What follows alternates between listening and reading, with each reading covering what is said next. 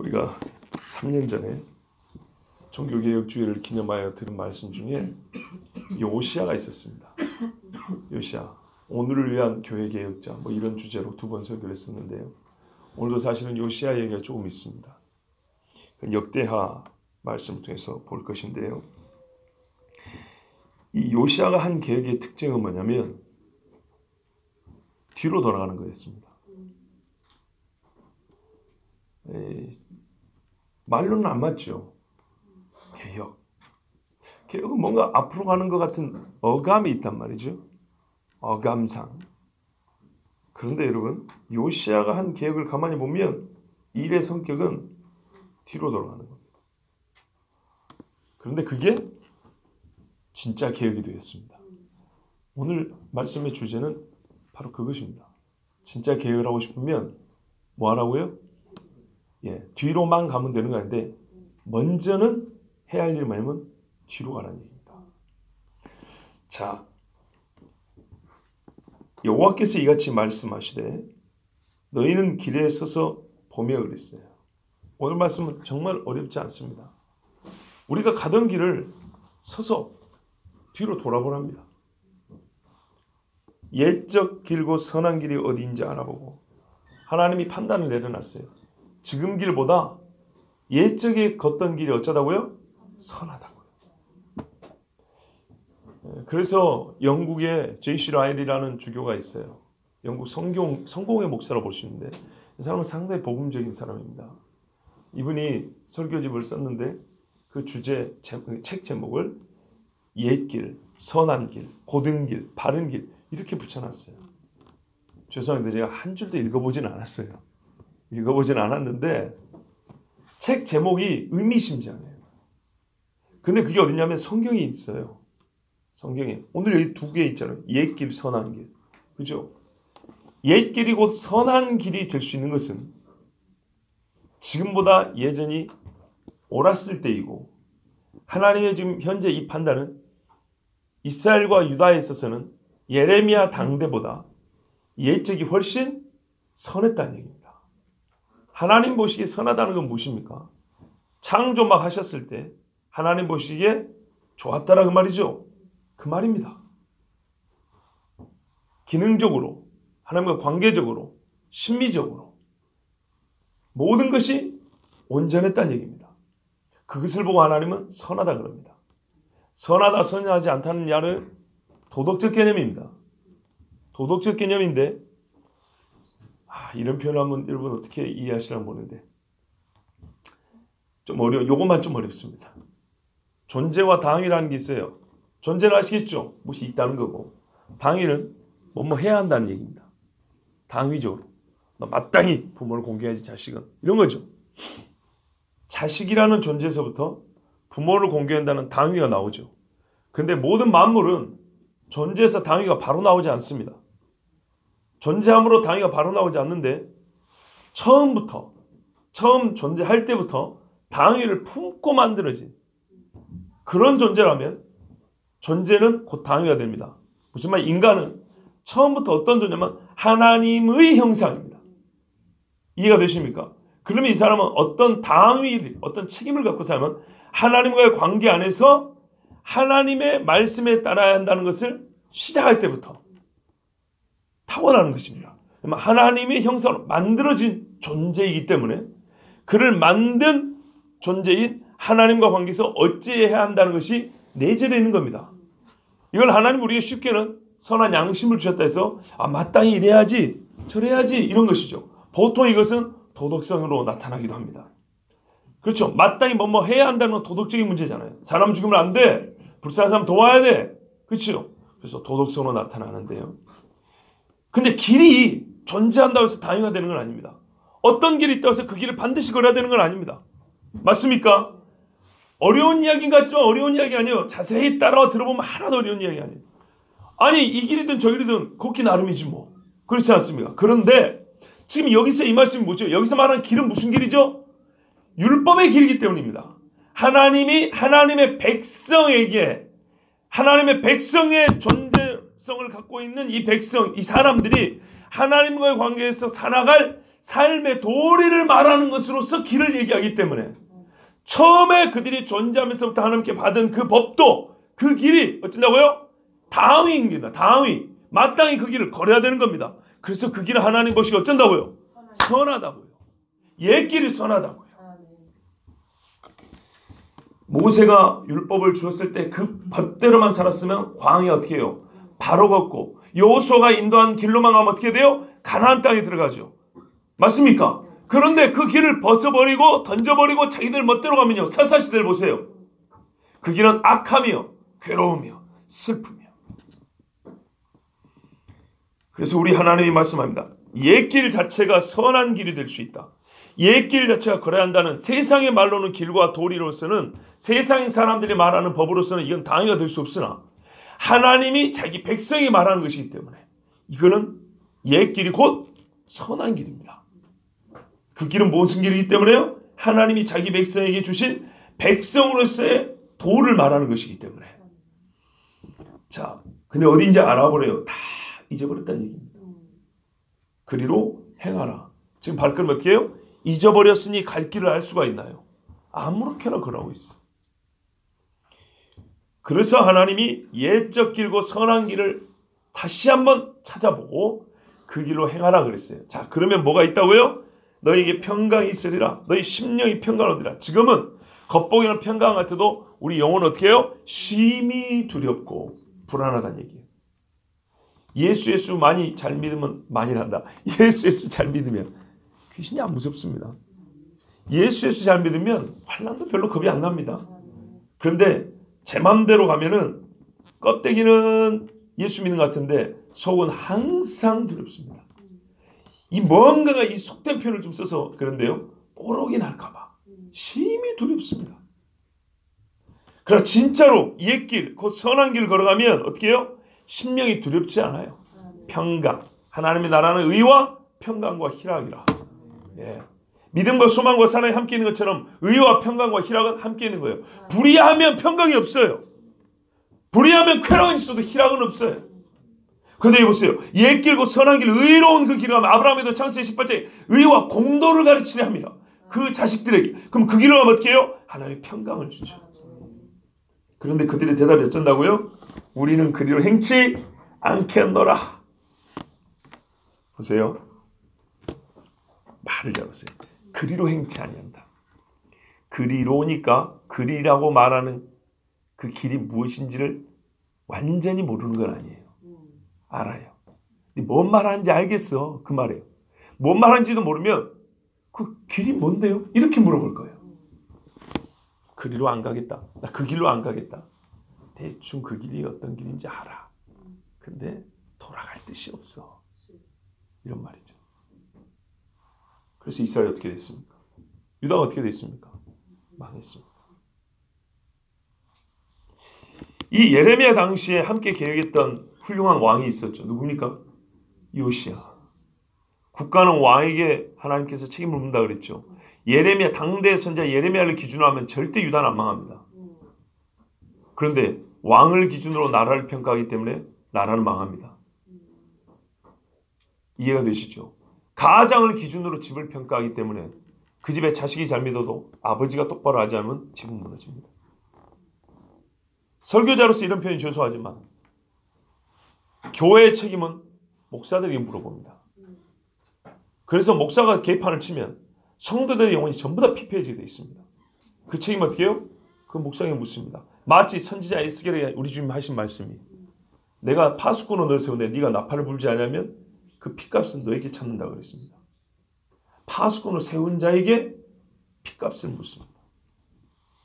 자, 요시야가 참 훌륭한 왕이었어요. 그런데 요시야는 짧게 살다가 죽었습니다. 근데 요시야 당시는 보세요. 이스라엘은 유다는 엄밀히 유다죠. 유다는 하나님 앞에 다시 옛길, 그 선한 길로 돌아가게 되었습니다. 열왕기 하 22장 이하고 역대하 35장에 보면 요시야의 이 돌아감, 옛길고 선한 길로 돌아감이 잘 기록이 되어 있습니다. 열왕기하 22장 1절에 요시야가 여호와 보시기에 정직히 행하여 그 조상 다윗의 모든 길로 행하고 좌우로 치우치지 아니하였더라. 아멘. 정직히 행했대요. 복받을 일을 한 거예요. 그래서 요시야 당대는 하나님이 평강을 줬어요. 근데 요시야가 돌아간 길이 어떤 길입니까? 다윗의 모든 길입니다. 다윗이 할아버지 아닙니까? 몇백 년 전 사람입니다. 다윗은. 그런데 그 옛적 길, 곧 좌우로 치우치지 아니하였던 선조 다윗이 하나님 앞에 걸었던 길을 갔다고 말합니다. 그랬을 때 하나님이 뭐라냐면 정직하다, 바르고 곧다 이렇게 말했습니다. 야, 여러분 성경은 이렇게 쉽게 가르쳐 줍니다. 옛 길로 돌아가는 것이 사는 것이라고. 그리고 요시야는 그래서 그 말씀의 길로 다윗이 하나님께 걸었던 길로 돌아갔기 때문에 행한 일이 있습니다. 이제 이게 뭐 구체적 개혁 운동입니다. 성전을 보수하라.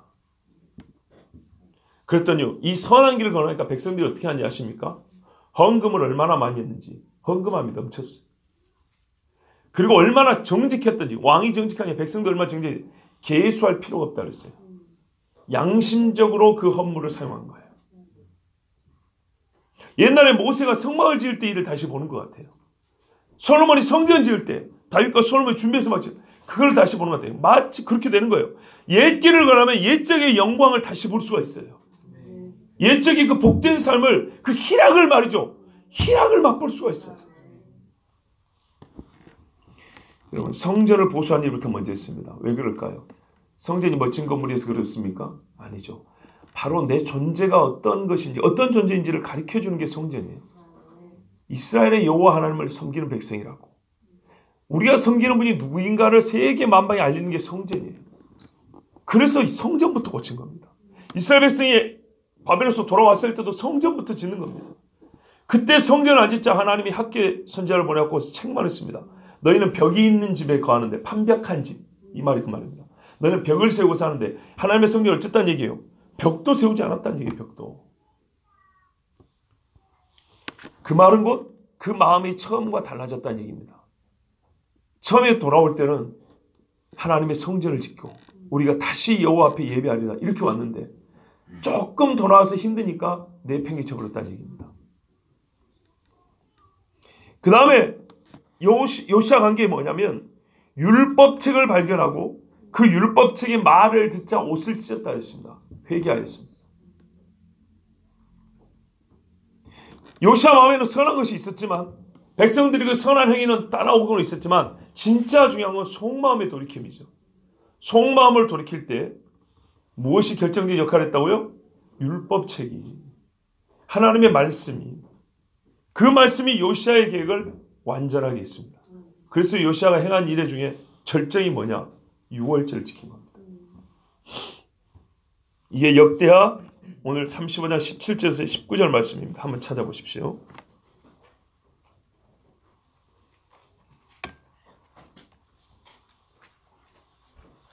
보이는 성전의 수리를 넘어서 양심의 정직함을 넘어서 하나님의 언약을 새롭게 하기까지 계획을 했는데요. 그 결정적 사건, 절정이 유월절을 지키는 것입니다. 역대하 35장 먼저 1절을 함께 읽겠습니다. 시작. 요시야가 예루살렘 여호와 앞에서 유월절을 지켜 정월 14일에 유월절 어린 양을 잡으니라. 아멘. 15일이 안식일이니 안식일 전날 양을 잡았습니다.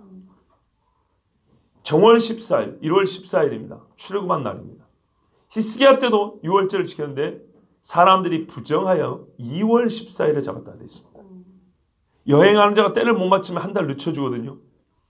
이스라엘 전체가 그렇게 했던 것은 깨끗하게 하지 못했으므로 절기를 완전히 까먹었기 때문에.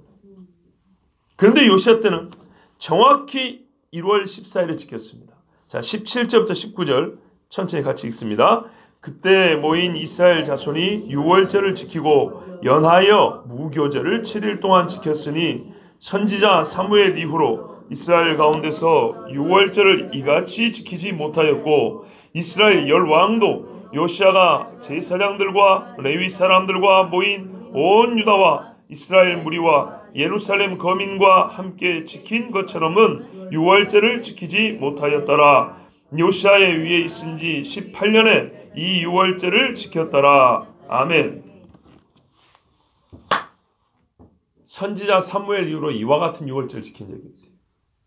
유월절을 아예 안 지킨 건 아닌데 여러분 선지자 사무엘 때문에 언제 이야기입니까? 이때로부터 거의 500년 전 이야기입니다. 500년은 조금 안 됐겠습니다만은 최소 400년 전 이야기입니다. 그러면 그동안의 유월절 이가 지키지 못한단 말은 유월절과 연하의 7일 동안 무교절 이렇게 붙여서 온전하게 하나님께서 우리를 구원하심에 대하여 감사하고 그 일을 기념하고 하나님께 예배한 일은 없었다는 얘기입니다. 근데 이렇게 지킬 수 있었던 이유가 뭘까요? 율법 때문입니다. 율법을 알았기 때문에 이렇게 합니다. 다윗의 열정이 있지만 다윗이 율법을 온전히 지키지 못한 것 중에 하나가 뭐죠? 법궤 옮길 때 딱 보면 알죠. 근데 요시아는 그래서 율법 순종으로는 요시아가 최고라고 하는 겁니다. 유다 열왕 중에 요시아가 최고입니다. 한 부분을 볼 때, 믿음의 한 부분을 볼 때는 히스기야가 최고라고 말합니다. 그리고 전체로 볼 때는 다윗이 당연히 1등이죠. 그런데요, 이 요시아가 율법이 있었기 때문에 하나님 앞에 절기를 지킬 수가 있었고 하나님과 우리의 관계가 무엇인지 정확히 알고 그것이 뜻하는 바를 이스라엘 사람들에게 가르치며 함께 이 예배를 드릴 수가 있었어요. 이스라엘 열왕 북쪽은 이미 망했습니다. 근데 요시아가 제사장과 레위 사람들도 다 모았고요. 유다와 이스라엘 무리, 북쪽이 망하고 피난 내려온 사람들까지 다 요시아가 명하여 이렇게 함께 지켰대요. 이렇게 지킨 적은 없다는 얘기입니다. 18년, 요시아가 8세의 왕이 되었으니 한 25살 때 이야기입니다. 그가 청년의 때 하나님 앞에 뜻을 세우고 개혁을 했습니다. 왕에 있은 지 약 8년부터 시작을 했습니다. 그리고 그 개혁이 계속 진행이 되자 18년째가 될 때 개혁의 절정, 율법책대로 유월절을 지켰습니다. 무슨 말입니까? 요시아가 18년 될 때까지, 왕이 되고 18년 될 때까지 이스라엘 백성은 요시아와 함께 개혁을 했지만 이 정도의 시간이 필요할 정도로 그만큼 많이 퇴락하고 타락해 있었다는 얘기입니다. 율법책을 발견한 즉시로 유월절 지키자 이랬으면 좋았을 건데 그것이 쉽게 되지 않았다는 얘기입니다. 어느 정도의 계도 기간과 가르침의 기간이 필요했다 이런 말입니다. 요시아와 똑같이 우리 같이 발견했으니 가슴을 찢고 바로 하나님 앞에 절기 지킵시다 이런 사람이 별로 없었다는 얘기입니다. 나라의 높은 사람들 중에는 아직도 이게 무슨 필요인가 하는 사람이 있었을 것이고 백성의 지도자 중에는 모이라 하면 불편해서 불쾌해서 귀찮아서 가지 않을 사람들이 많았기 때문에 이들에게 다시 한번 각성의 시간을 갖기까지 꽤 많은 시간이 필요했다는 얘기입니다. 그리고 18년째가 되자 하나님 앞에 유월절을 지켰습니다. 옛길이죠. 선한 길이고 우리 하나님께서 매년 이렇게 지키라 했고 그리고 하는 일이 뭡니까? 그날 밤에 양잡날 밤에 급하게 띠를 띠고 양고기와 쓴 나물 무교병을 뜯어 먹으면서 아들이 물어본다 그랬죠. 왜 우리는 이런 식으로 이 맛대가리 없는 것을 먹냐고. 이 밤새워서 서서 힘들게 밖에 나갈 것처럼 띠를 띠고 그때 그 질문에 따라 아버지는 대답하기를 우리가 애굽에서 종살이하였을 때 하고 쫙 설명하라 그랬죠. 하나님이 하신 일을. 그래서 여호와를 기억하고 우리의 구원자 하나님이 잊지 않도록 하는 게 유월절입니다. 그러니까 이제서야 이스라엘은 자기들의 신앙의 뿌리 처음 그 자리를 깨닫고 다시 그 자리로 돌아가게 됐다는 얘기입니다. 여러분 개혁은 개념적으로 진보라 할 수 있습니다. 한자 말 그 뜻은 똑같진 않지만 우리가 평상에 쓰는 말을 생각해 보세요. 개혁은 거의 진보와 동의어로 쓰입니다. 동의하십니까? 동의 안 하시면 여기서 끊을까요? 근데 보십시오. 참된 개혁은 즉 뒤집어 엎었죠. 그건 의도는 뭐죠? 잘 살아보자는 거죠. 무섭던 표현인가요?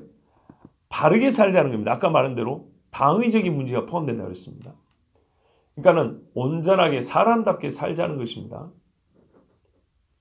그래서 참된 개혁은 보수입니다. 말 뜻을 이제 알겠죠. 만약에 제가 이런 설명을 하지 않고 여러분 개혁은 보수입니다 그랬으면 갸우뚱하거나 뭔 소리야 이랬을 겁니다. 보수로 돌아갈 때 개혁이 되고 진보가 이루어집니다. 그리스도인이 이루어야 할 진보는 실질적으로 보수해야 가능합니다. 진리를 보수하고, 여기서 보수는요 보호하고 지킨다는 얘기입니다. 진리를 보호하고 지켜야 개혁이 되고요. 옛적 선한 길을 보수, 여기서 보수는 수리한다는 얘기입니다. 보수 공사한다 그러죠. 길이 너무 많이 상했어요. 파이고 깨지고 금이 가 있고 옛 길을 다시 그렇게 보수하고 걸어야 개혁이 일어납니다. 그러므로 개혁, 참된 진보는 1차적으로 뭐라고요? 보수해야 합니다. 이 말을 소위 한국식 진영 논리로 이해하는 사람이 있을 것 같아서 오해를 없애기 위해서 다시 설명해 드립니다. 혹시 피곤하여 주무셨던 분들은 일어나서 이제 들으셔야 한다. 이걸 안 들으면 목사가 보수하고 진보하고 같다네? 잃어버린다고 또 이따 밥 먹을 때. 그러지 마십시오.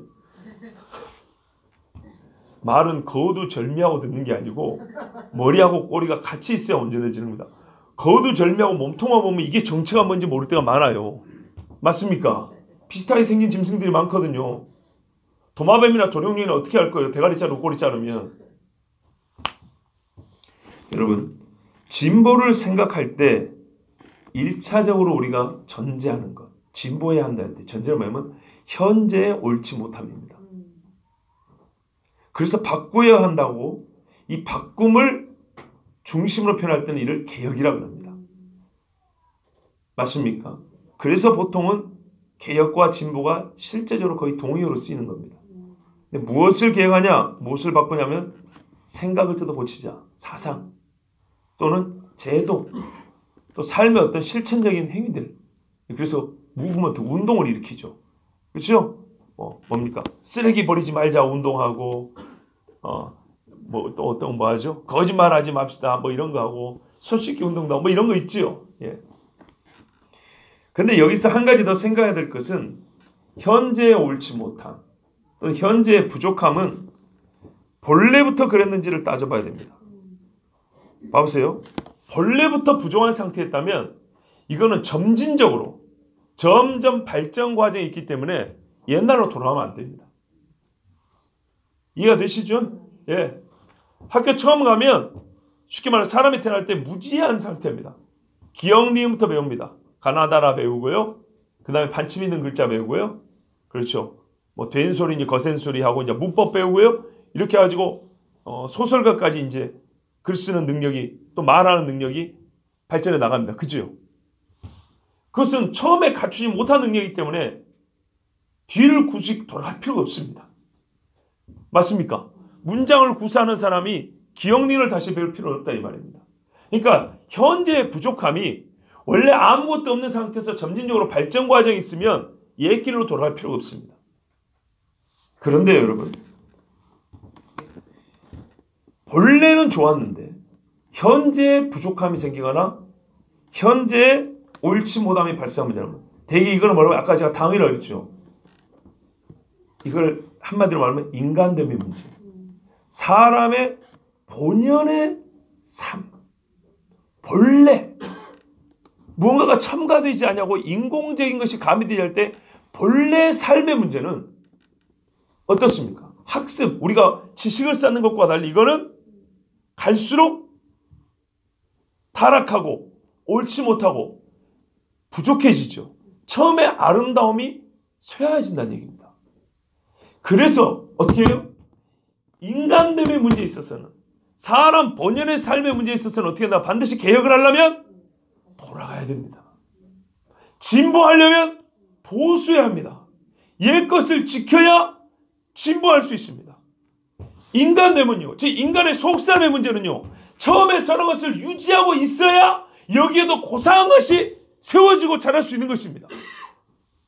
그런데 처음에 정직함을 잃어버리고, 처음에 순수함을 잃어버리고, 처음에 사랑과 이 온유함을 잃어버리고, 갈수록 괴팍해지고, 갈수록 부정직해지고, 갈수록 이기적인데, 거기다가 개혁한다고 제도만 바꾸면 될까요? 안 되죠. 그러므로 이때의 진보는 더 나았고 옳았던 과거로 돌이키는 이 우선돼야 함을 부정할 수가 없다 이 말입니다. 파탄난 가정의 부부가 이런 말을 합니다. 뭐라고 말하죠? 여보, 우리 옛날로 돌아갈 수 있을까? 우리 이전처럼 살 수 있을까? 그 말에서 읽히는 게 뭡니까? 지금보다 옛날이 좋았다. 우리가 지금 이 현재의 옳지 못함과 이 현재의 괴로움을 이기고 싶고 극복하고 싶은데 우리가 바라는 뭐랄까 그 목적지는 어디예요? 옛날 그때. 맞습니까? 뭐 일례로 이런 이야기만 하더라도 정말 사람됨, 진짜 사람답게 살기 위해서는 우리가 기본적으로 뛰어면 옛날로 돌아야 되는 걸 알 수 있습니다. 근데 이 사람다움, 즉 우리 사람이라는 존재에서부터 사람다움이라는 당위가 어디서 나와요? 하나님에서 나온다고요. 하나님에게서. 그러니까 신앙의 문제뿐만 아니라 하나님의 형상으로 사는 인간됨의 삶의 문제에 있어서 반드시 우리 어디로 가야 돼요? 하나님께로 돌아가자. 여호와께로 돌아가자. 하나님의 말씀으로 돌아가지 않고서는 절대 개혁도 진보도 없습니다. 한국교회는 돌아가야 됩니다.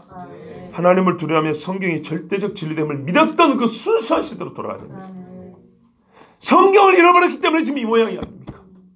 힘이 없는 교회가 되어버렸습니다. 한국교회는 옛적 선한 길로 돌아가야 됩니다. 정직과 순종을 최고의 가치로 여겼던 신앙으로. 신앙에 대한 가치관이 지금 엉망이에요. 무엇을 가치 있게 여기냔 말이에요. 여러분도 돌아가야 됩니다. 작은 죄도 가슴이 찔려 눈을 정말 세리처럼 하나님 앞에 눈을 감히 뜨지 못하는 그 순수한 양심의 대로 돌아가야 됩니다. 이 나라도 돌이켜야 하고 거리마다 그리스도인이 소리치고 토요일마다 외쳤던 20년 전만 하더라도 말이죠. 지금은 그런 소리를 듣기가 어렵습니다. 근데 최근에 우리 교회가 다시 왔으니 이것이야말로 개혁입니다. 이것이 보수이며 진보입니다. 이 옛적 길로 돌아가니 교회가 어떻게 됩니까? 더 활기가 생기죠. 믿음이 자라죠. 해본 분들이 그렇다 하지 않습니까? 미리미리 어때요? 그렇지. 좋지. 가슴에 불이 일어나지. 이런 거예요. 하나님이 명하는 거리마다 소리치는 이 산을 넘는 자의 발걸음이 있을 때 그 길은 고든 길이 되는 거예요. 우리나라가 이전에 얼마나 복된 상태였습니까? 이 나라 국회는 처음 시작할 때 제1회 개헌국회에서 당시 국회의원이었던 목사가 앞에 나서 기도했다니까요.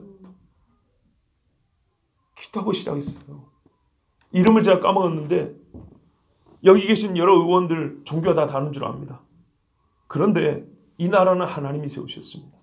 하나님께서 우리에게 광복도 주셨고 이렇게 자유를 주셨습니다 하고 당시 의장이 그렇게 얘기를 하고 의원 중에 누구 목사님 나와서 기도하십시오. 그래서 기도하고 시작을 했어요. 어느 나라가 이렇게 시작했습니까? 그때 다 눈물을 흘리며 정말 하나님께 감사하며 시작한 나라입니다. 교회가 있으므로 나라가 복을 받았다고 인정하는 입술이 거기에 있었다 이 말입니다. 이 땅은 회개하여 옛길을 다시 걸어야 합니다. 하나님 주신 자연법 이제 아시죠? 우리가 태어날 때부터 마음속에 주신 하나님의 이 양심의 세계 준 법. 이 법이 가진 초월적 가치. 사람이 만든 법과 규범이 아니라 하나님이 주신 신성한 이 하늘의 법을 인정하는 그런 나라로. 그런 법이 우리가 사람 만든 실정법 속에도 들어가 있는 나라로 돌아가야 합니다. 간음하지 말라 해서 간통죄를 실제 법으로 만들어놨단 말이죠. 하나님의 다른 국가법이 써있다 이 말입니다. 그런데 하나님의 법을 빼버리니까 국가의 법들이 어떻게 해요? 사람이 자기 소욕대로 행하고자 하는 것을 보장해주는 법이 되어버리잖아요. 그 법이 없어도 지 마음대로 사는데 하라고 보호해주겠다고 이러니 어떻게 우리가 하나님께 복을 받을 수 있겠습니까? 이런 나라는 절대 강할 수가 없습니다. 두 번째 개혁의 요소가 있습니다. 예레미야 본문에 보시면 내가 또 너희 위에 파수꾼을 세웠으니 나팔 소리를 들으라 했습니다. 여러분, 파수꾼이 나팔을 부는 일은 옛날에 있었던 일을 위하여 붑니까? 나중에 있을 일을 위하여 붑니까? 그렇죠. 대체로 나중에 있을 일을 위하여 붑니다. 개혁은 옛적 선한 길로 돌아감, 즉 가장 바람직한 의미의 보수만이 아니라 미래 반드시 새로운 일이 발생할 것이고 그 새로운 일이란 이전 일과 다른 류의 일도 있습니다. 그것을 준비하는 것, 즉 개혁자는 미래를 내다볼 수 있는 눈도 있어야 합니다. 나팔 소리를 들어야 합니다. 근데 일단 짚고 넘어갈 거는 옛 길도 돌아가려는 말도 안 듣는 사람은 나팔 소리도 안 들어요. 옛 길을 돌아가라는 말을 듣는 사람은 나팔 소리도 들을 줄 알아요. 그래서 사실 이 중에 같이 있는 겁니다. 자, 개혁의 요소는 뭐라고요? 우리가 잃어버린 것은 보수하여 다시 회복해야 되고요. 그러나 우리는 지금 앞으로 계속 살아갈 거죠. 계속 살아가기 위해서는 옛적에 잃어버린 것을 찾아야 될 것도 있지만 새로운 일도 벌어진다는 일입니다. 그 새로운 일은 이전에 보지 못했던 일. 이전에 우리가 경험한 적이 없어서 어떤 누적된 지식이 없고 자료가 없는 일. 그런 일도 발생을 합니다. 그래서 하나님은 그런 일을 알려주기 위해서 누구를 세웠다고요? 파수꾼을 세웠다고요. 파수꾼을 세워서 성경에 보면 너희가 언어를 알지 못하는 먼 이방 민족에서 너희를 친다고 그랬거든요. 예컨대 이와 같은 일이 있을 때는 어떻게 해요? 어느 나라 민족이 올지는 몰랐어요. 그런데 반드시 온다는 것 정도는 알기 때문에 그 희한한 복장을 하고 수악한 모습을 한 적군이 올 때 나팔을 불면 이 사람들이 준비하여 싸운다는 얘기죠. 그래서 개혁자는 다음에 있을 일에 대한 지각도 갖고 있어야 되는데 성경은 이를 보여줍니까? 안 보여줍니까? 보여준다는 얘기입니다. 이런 차원에서 개혁자는 진보주의해야 합니다. 앞으로 나아갈 길을 미리 내다볼 수 있어야 됩니다. 다시 강조하지만 뭐라고요? 이 모든 것은 누가 가르쳐준다고요? 하나님이. 세계 역사를 섭리하시고 다스리는 하나님이 가르쳐 주잖아요. 그런데 안 들어요. 누가요? 옛적에 있었던 일을 하나님의 말씀을 안 듣는 자가 다음에 있을 일도 안 들어요. 예수께서 2000년 오셔서 우리를 죽었다는 말을 안 듣는 자가 다시 온다는 말도 안 들어요. 예수님의 부활을 믿지 않는 자는 우리의 죽음도 부활할 걸 안 믿어요. 안 들어요. 그들의 대답이 우리는 듣지 않겠노라. 돌아가지 않겠노라 하는 인간들이 듣지 않겠노라 똑같은 거예요. 여러분, 듣지 않겠노라는 잘 모르는 이야기죠. 그래요. 의지 잘 말했어요. 제가 지금 의지를 세우는 거예요. 과거 것은 지식이 있어요. 미래 것은 지식이 없는데 그 지식을 갖고 싶지도 않다는 거예요. 나에게 그 지식을 갖게 하지 말라는 거예요. 당신의 의지와 당신의 지식이 내 의지와 내 지식 안으로 들어오지 말라고 딱 장막을 치는 겁니다. 우리가 귀를 기울이지 아니하리라. 여러분, 이 세대가 그렇지 않습니까? 피를 불어도 춤추지 아니하고 천지의 기상은 분별할 줄 알아도 시대의 기상은 징조는 분별하지 못하고 주님이 다시 오리란 말이 성경이 그렇게 강조해도 베드로가 말해요. 주께서 다시 온다는 말이 어디 있느냐? 사람들이 그런다고 하잖아요. 예레미야 시대와 지금 시대가 같습니까? 다릅니까? 같아요. 영적으로 똑같아요. 그러니 예레미야가 어찌 살 수 있었겠습니까? 제가 한 5년 전에 이런 생각이 들었어요. 모세 시대와 예레미야 시대가 사실 크게 다르지 않습니다. 믿음이 아주 작은 백성들을 인도해 갔다는 똑같습니다. 그러나요? 작기는 작은데 모세 때는 올라가느라고 지금 작은 상태에서 올라가는 중에 작은 거였고 예레미야 때는 올라갔던 게 떨어지느라도 지금 작은 거예요. 똑같이 30이더라도 여기는 0에서 10, 20, 30 올라가는 중에 30이고 예레미야 때는 다윗 때 솔로몬 때 올라갔던 게 내려오면서 지금 90, 80, 70 떨어질 때 30이 된 거고 예를 들자면 같은 30이지만 심정은 완전 다르죠. 모세 때는 소망을 보지만 예레미야 때는요 절망이에요. 하나님께서 다음을 약속해 주면 완전 이거는 이 백성으로 볼 때는 절망이라고. 모세 때는 가르치면서 이거 가르치면 이 사람들이 믿겠지. 이거 가르치면 제사 드리는 모습 보고 그래 잘 들었고 이러겠죠. 어설프게 제사를 드릴지라도 몰랐던 걸 지금 가르치고 알게 됐잖아요. 근데 예레미야 때는요 다 버렸어요. 찾을 수가 없어요. 율법도 이제. 여러분 이게 바로 이 시대의 절망이고 이게 선자들이 예언했던 거 아닙니까? 너에게 말씀이 없어질 것이다. 하나님의 영을 근심하게 하는 인간들이 많아지고 귀신의 가르침을 따르고 귀신의 영을 쫓는 사람이 많을 것이다. 주야 그러므로 너희 열방아 들으라. 회중아 그들의 당할 일을 알라. 보세요. 옛길로 돌아가지 아니하고 나중에 있을 일에 대하여 하나님의 말씀을 듣지 않으면 어떻게 된다고요?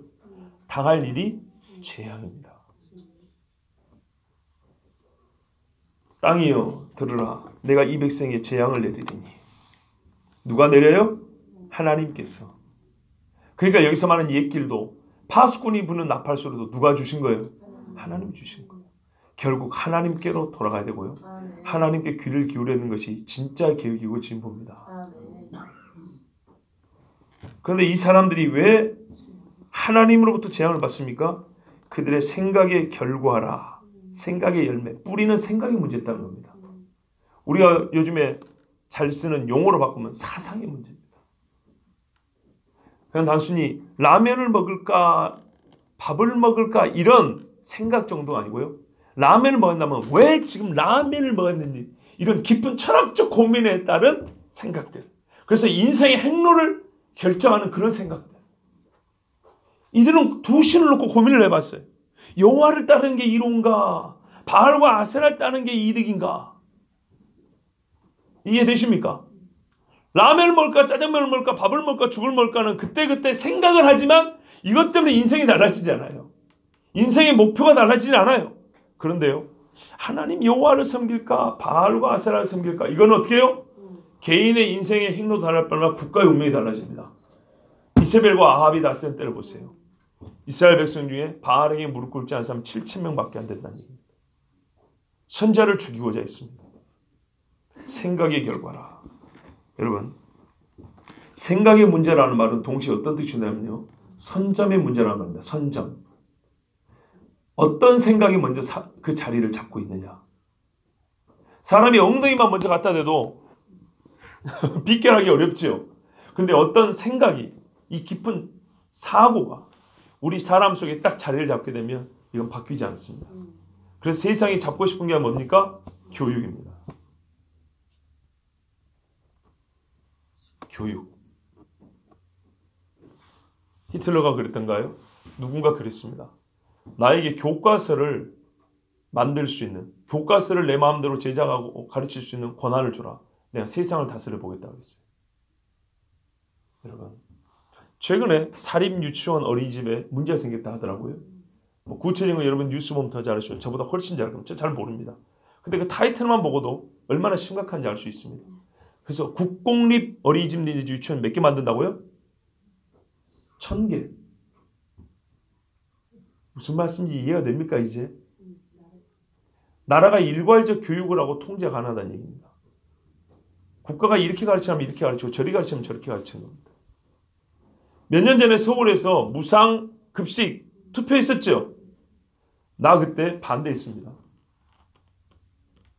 돈이 없지만 반대한 이유가 있습니다. 그게 뭐냐면 국가가 아이들의 먹는 것과 입는 것과 배우는 모든 것을 책임질 때 부모는 그 자리에서 물러나야 됩니다. 국가가 아버지가 됩니다. 무슨 말씀 아십니까? 이게 소위 전체주의 국가가 백성들을 통제 내지는 어려서부터 그 국가 지도자의 복종하게 만드는 방식입니다. 이게 옛날에 소련에서 했던 겁니다. 북한에서 했던 겁니다. 그래서 저는 그 원리를 보고 반대했습니다. 일본의 어떤 지식인도 그런 글을 썼습니다. 국가가 우리 자식에게 이것도 해주고 저것도 해준다 할 때 너무 좋아하지 마라. 당신의 자식을 국가가 뺏어간다는 걸 알아야 된다 그랬어요. 당신의 말을 듣지 않을 것이다. 단적으로 말하면 정부 지도자가 하는 말하고 부모가 말할 때 누구 말하면 부모 말 안 듣는다는 얘기입니다. 부모를 고발한다 그 말입니다. 어디서 많이 들어본 이야기죠. 왜 그게 가능하죠? 처음부터 수령님이 이 떡을 줬으니까. 아시겠습니까? 여러분 모르시겠어요? 이게 실제입니다.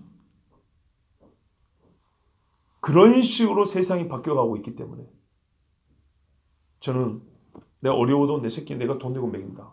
그리고 반대를 했습니다. 여러분, 생각의 문제입니다. 사상의 선점 참 중요합니다.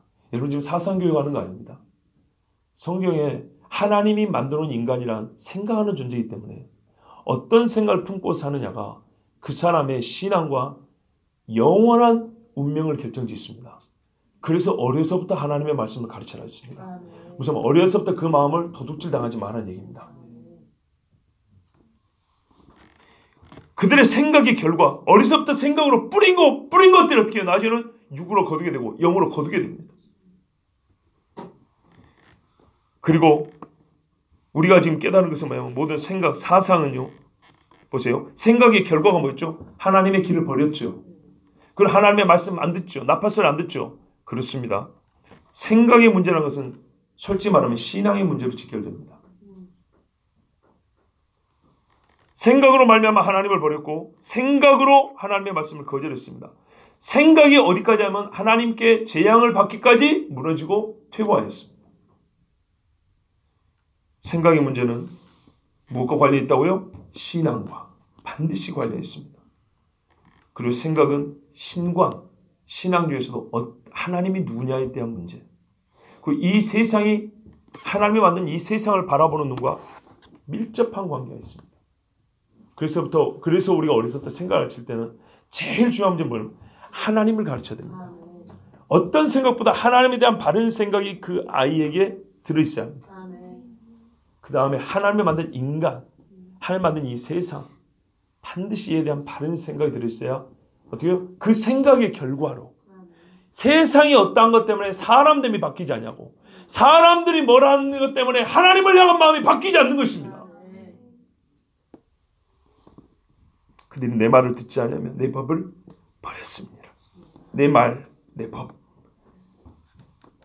어째서 하나님의 말씀과 법이 부재하게 되었습니까? 정말 우리 사회에 어째서 하나님의 말씀이 없는 시대에 하나님의 법이 부재한 시대가 되었냐. 이거는 꼭 답을 듣고자 하는 게 아니라 이건 저의 목소리 크지만 한탄입니다. 한탄.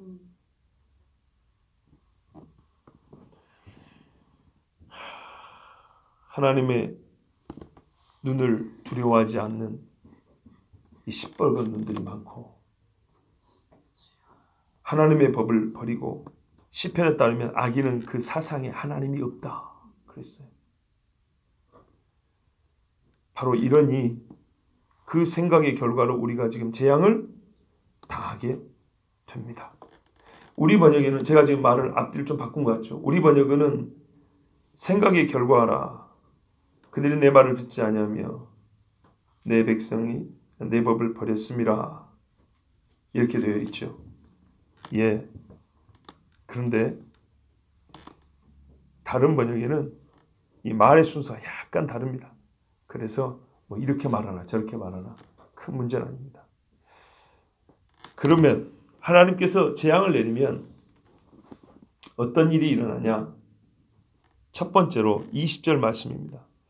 21절까지 봐야 되는데 자 20절까지만 봤죠. 20절에 보면 한마디로 하나님이 예배와 예물을 받지 않아요. 하나님의 말씀과 주의 법이 없는 상태에서 개혁이란 아무짝에 쓸모가 없다는 얘기입니다. 단지 사람의 눈에 보기 좋은 쇼와 연출된 의식에 불과하지 하나님께는 아무 의미가 없습니다. 여러분 번제와 희생이란 것은 성경적 개념입니다. 성경에서 나온 말입니다. 성경이 요구하는 행위, 의식입니다. 만약에 우리가 사람이 만든 의식을 가지고 하나님께 나아갔다면 사람이 만든 용어를 가지고 하나님을 어떻게 설명을 한다면 그 자체가 완전 잘못된 것이죠. 그런데 언어적으로는 행위적으로 겉보기로는 최대치로 성경적입니다. 무슨 말인지 아시겠죠? 그럼에도 불구하고 하나님이 안 받아요. 그거 갖고 되는 게 아니에요. 언어와 형식의 최대치가 하나님이 받아질 만한 조건이 되는 게 아니에요. 작더라도 뭐가요? 속이, 우리의 마음이 하나님의 말씀을 들어야 하고 그 법에 일치될 때 혹 의식적 불완전함이 있더라도 하나님은 그 예물과 예배를 받는 겁니다. 여러분, 이 땅의 교회와 정부가 행한 모든 일이 하나님께 올려지지 않는다면 이 나라와 이 교회가 하나님과 무슨 상관입니까? 하나님이 지켜주지 않으면 무너집니다. 어떤 이가 그랬습니다. 유럽이 무슨 기독교 국가냐고요. 지금 유럽은 이슬람 세계가 되었습니다. 한국이 기독교 국가입니까? 아직도 어떤 분은 그러더라고요. 그래도 1000만 명은 되잖아요. 그러더라고요. 1000만 명 같은 소리 하고 있네요. 아마 몇 분은 들으셨겠지만 양심적으로 대한민국의 기독교회는 200만으로 봅니다. 각 교단마다 내놓은 통계자를 보면 통합체 300만이요. 합동체 300만입니다. 거의 300만이 육박합니다. 이것만 모아봐도 500만이 넘습니다. 그 다음에 순복음 있죠. 성결교 있죠. 침례 있죠. 감리교 있죠. 장로교 안에도 기장이 있죠. 고신이 있죠. 그러면은 대체 수만 1000만 명 될 것 같죠. 그 중에 거품이 얼마나 많은지 아시겠죠. 한 사람이 선호교에 등록이 돼 있고요. 우리 교회에서 나 갑니다 하고 분명히 갔는데 안 빼놓고 몇 년 둡니다. 왜요? 예를 들어서 큰 교회 같은 경우는 부목사님한테 전화 한번 해보라 그럽니다. 전화 받죠? 그러면은 여전히 유죄입니다. 그런 식으로 한 사람이 선호교에 등록이 되어 있습니다. 여러분, 통계에서 3분의 2는 4분의 3은 잘라내야 됩니다. 그리고 이런 말이 있습니다.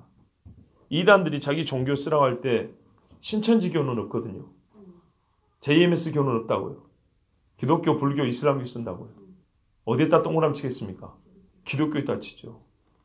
걔들 빼면 숫자상으로도 기독교는 수가 얼마 안 됩니다.